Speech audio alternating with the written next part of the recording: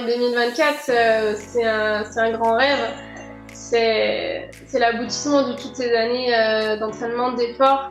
Et surtout, c'est en France.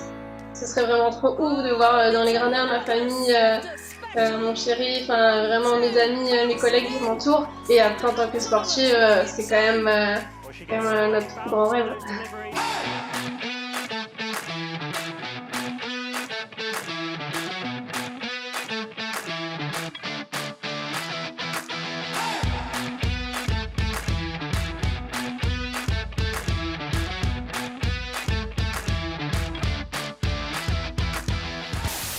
Bonjour, je m'appelle Gwendoline Matos, j'ai 28 ans.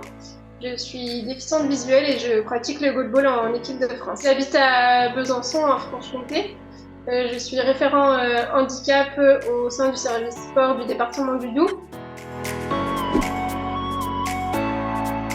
Je suis malvoyante depuis l'âge de mes 7 ans. À partir de la 6e, j'ai intégré à Besançon un établissement spécialisé pour les personnes malvoyantes et non-voyantes. Et c'est par ce biais-là que j'ai découvert le handisport. Donc j'ai pratiqué avant du torbal, qui est une discipline similaire au goalball. Et suite à ça, j'ai découvert donc, le goalball en 2017.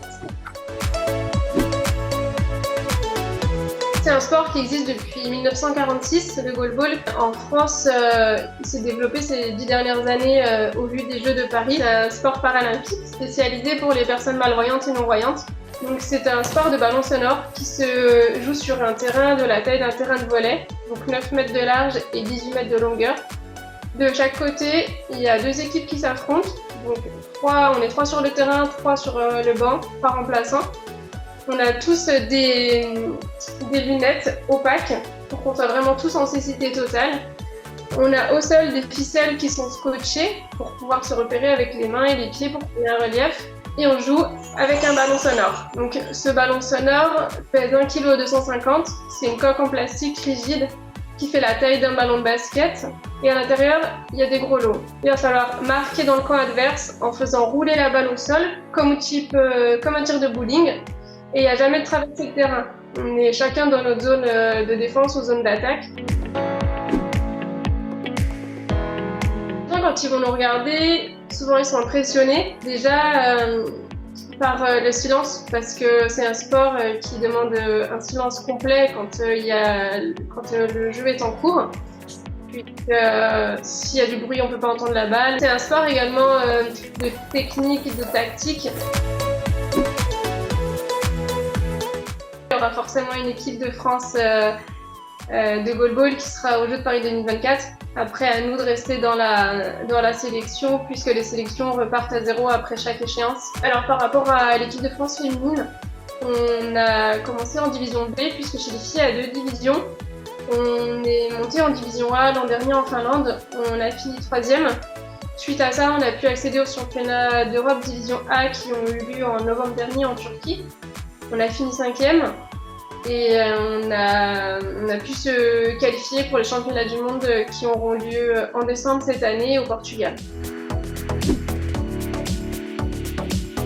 J'ai fait des recherches de sponsors l'an dernier pour m'aider dans ma préparation physique et dans mes besoins de matériel. Donc actuellement j'ai Online Format Pro, Écoutez Voir, Pop qui m'accompagne, qui m'aide. Et je suis encore à la recherche de partenariats financiers pour m'aider, puisque plus je vais approcher de Paris 2024, plus je vais avoir de projets. J'aimerais notamment partir m'entraîner, à faire des stages avec des équipes étrangères pour progresser. Déjà par rapport aux derniers Jeux de Tokyo, ils ont déjà diffusé pas mal de sports paralympiques, notamment sur le goalball. On a pu suivre quasiment tous les matchs. La médiatisation, elle est importante et je pense que c'est maintenant entre guillemets que ça se joue, le handisport, faire connaître les différentes disciplines, les équivalences et mettre aussi à l'honneur le handicap tout simplement, et se dire que c'est pas parce qu'on a un handicap qu'on peut pas être sportif de haut niveau et qu'on peut pas prétendre des médailles et se surpasser et aller plus loin.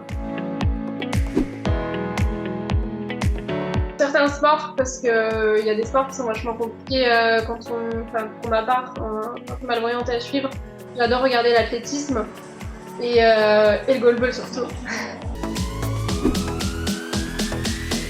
Le souhait, c'est que j'y arrive et que fin août, début septembre, je porte le maillot de l'équipe de France, le numéro 7, et que tout le monde soit là à me regarder, que ce soit sur place ou derrière les écrans, que tout le monde soit là pour m'encourager.